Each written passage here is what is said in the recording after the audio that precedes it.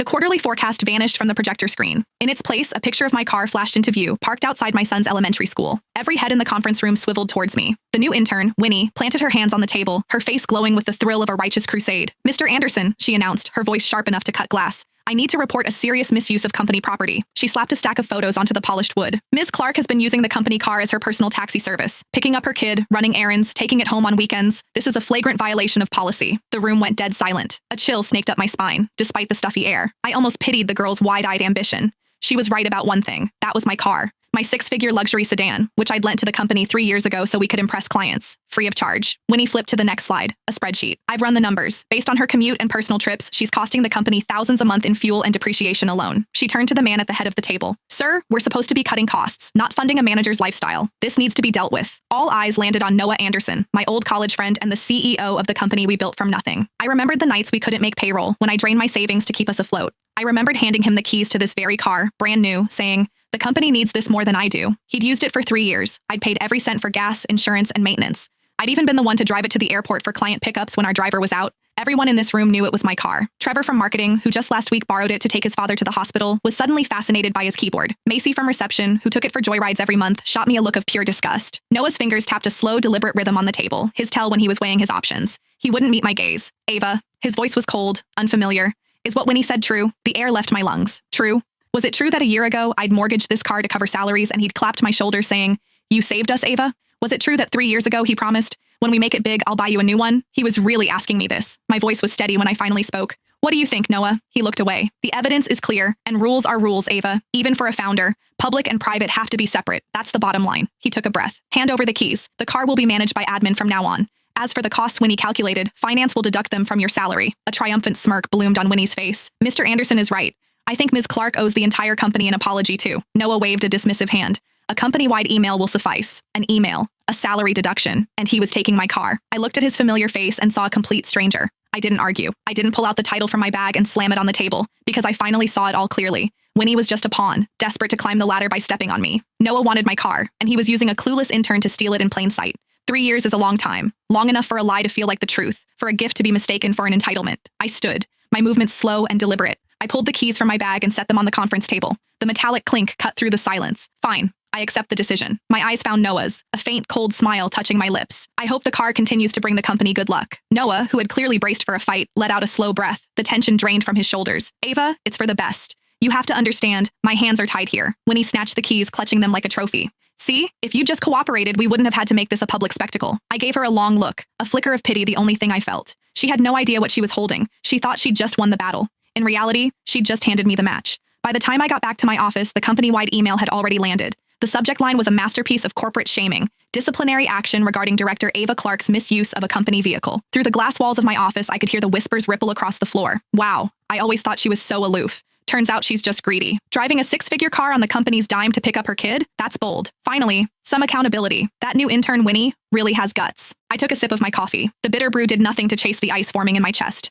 My office door flew open. No knock. Winnie stood there, holding a report like a weapon. "Finance just finished the audit." She tossed the document onto my desk. It landed with a soft thud. "Based on 3 years of usage, you owe the company $128,000 for fuel, depreciation, and tolls." She smirked, looking down at me from across the desk. "Noah already signed off. You have 3 days to pay up. Otherwise, we'll deduct it from your bonus and equity dividends." I picked up the report. The accounting was meticulous. They'd even logged my weekend trips to the dealership for maintenance as personal use. $128,000, I said, a soft laugh escaping my lips. "You're good with numbers, Winnie."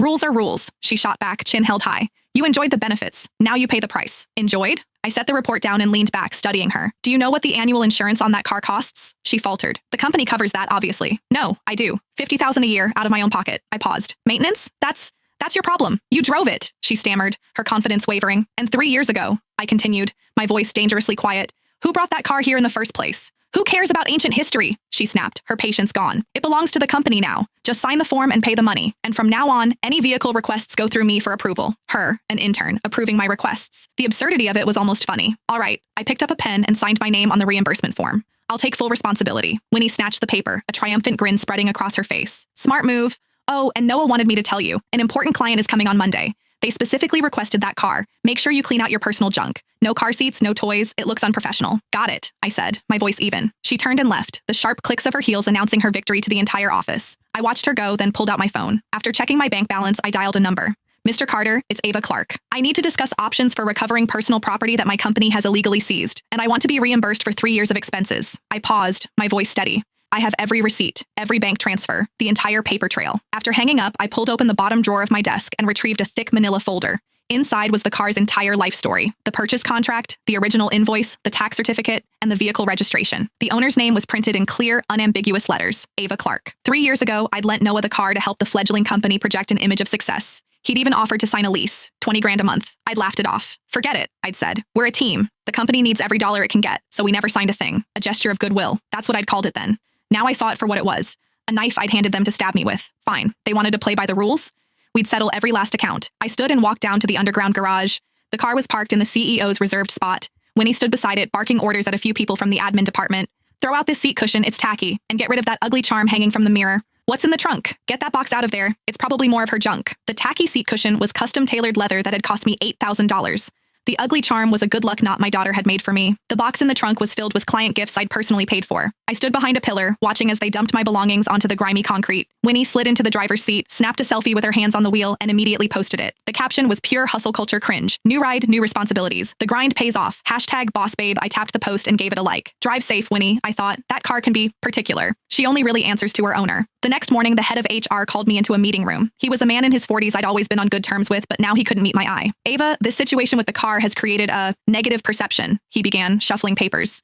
Noah's feeling is that you should step back from frontline duties this week, to reflect, and to transition your responsibilities. To whom? I asked, looking up. Winnie. My eyebrows lifted. The intern? Noah feels that while she lacks experience, she has strong principles. He's making an exception and promoting her. She'll be taking over some of your duties, effective immediately. A promotion, of course. She'd used my back as a stepping stone, and Noah had just handed her a crown. Okay, I said, offering nothing more. When I returned to my office, a temporary desk had been set up right next to mine. Winnie was already there, dressed in a sharp power suit, her hair perfectly styled. She was playing the part. Ava. The shift from Ms. Clark was deliberate, stripped of all respect. Noah wants me to get up to speed on the Parker account. He's visiting next Monday, so you need to give me the rundown. Damian Parker, the company's biggest client. The white whale I had landed 3 years ago after a brutal fight with a competitor, a fight I'd won from the driver's seat of that very car. Parker was a man who cared about image, but he cared about substance more. I'll never forget what he said after our first meeting. A car reflects its owner, Ms. Clark. You're direct and you don't cut corners. I like that. And now Winnie thought she could just inherit that trust. All the materials are on the shared drive. Look them up yourself, I said coolly. I'm sure there are details that aren't in the files, she pressed, leaning in conspiratorially. What kind of tea does he like? Any food allergies? Hobbies? I looked at her hungry, ambitious face and almost smiled. Mr. Parker likes Earl Grey tea, he's allergic to shellfish, and he plays golf. I told her the truth, just not the whole truth. It was true he liked Earl Grey and golf, but the one thing he absolutely despised was sycophants, people who put on airs and tried too hard. Got it, Winnie said, scribbling furiously in a notebook. Thanks, Ava. Oh, one more thing. I gave the car keys to John, the driver. Noah's orders. From now on, that car is strictly for VIP client transport. By my approval, of course. By my approval, of course. Sounds about right,